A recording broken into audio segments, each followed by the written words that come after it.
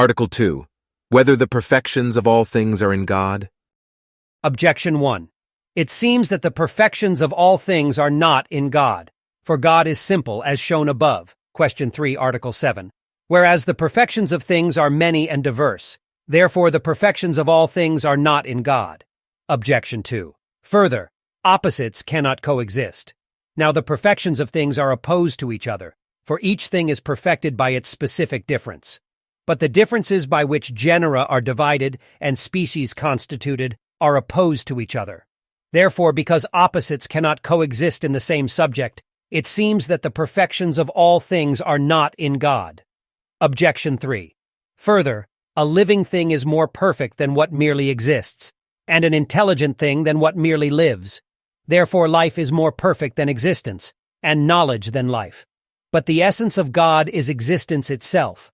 Therefore, he has not the perfections of life and knowledge and other similar perfections. On the contrary, Dionysius says that God in his one existence prepossesses all things. I answer that all created perfections are in God. Hence he is spoken of as universally perfect, because he lacks not, says the commentator, any excellence which may be found in any genus. This may be seen from two considerations.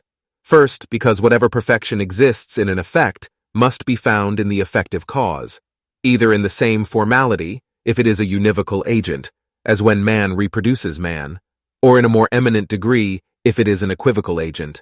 Thus, in the Son is the likeness of whatever is generated by the Son's power.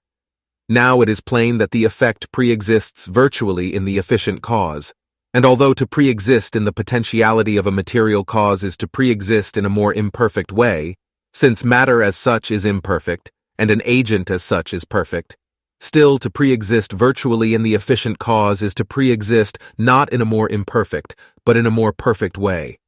Since therefore God is the first effective cause of things, the perfections of all things must pre-exist in God in a more eminent way. Dionysius implies the same line of argument by saying of God, "It is not that he is this and not that, but that he is all, as the cause of all." Secondly, from what has been already proved, God is existence itself, of itself subsistent, Question 3, Article 4. Consequently, he must contain within himself the whole perfection of being. For it is clear that if some hot thing has not the whole perfection of heat, this is because heat is not participated in its full perfection. But if this heat were self-subsisting, nothing of the virtue of heat would be wanting to it. Since therefore God is subsisting being itself, nothing of the perfection of being can be wanting to him.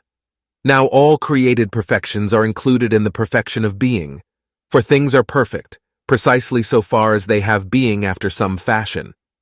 It follows therefore that the perfection of no one thing is wanting to God.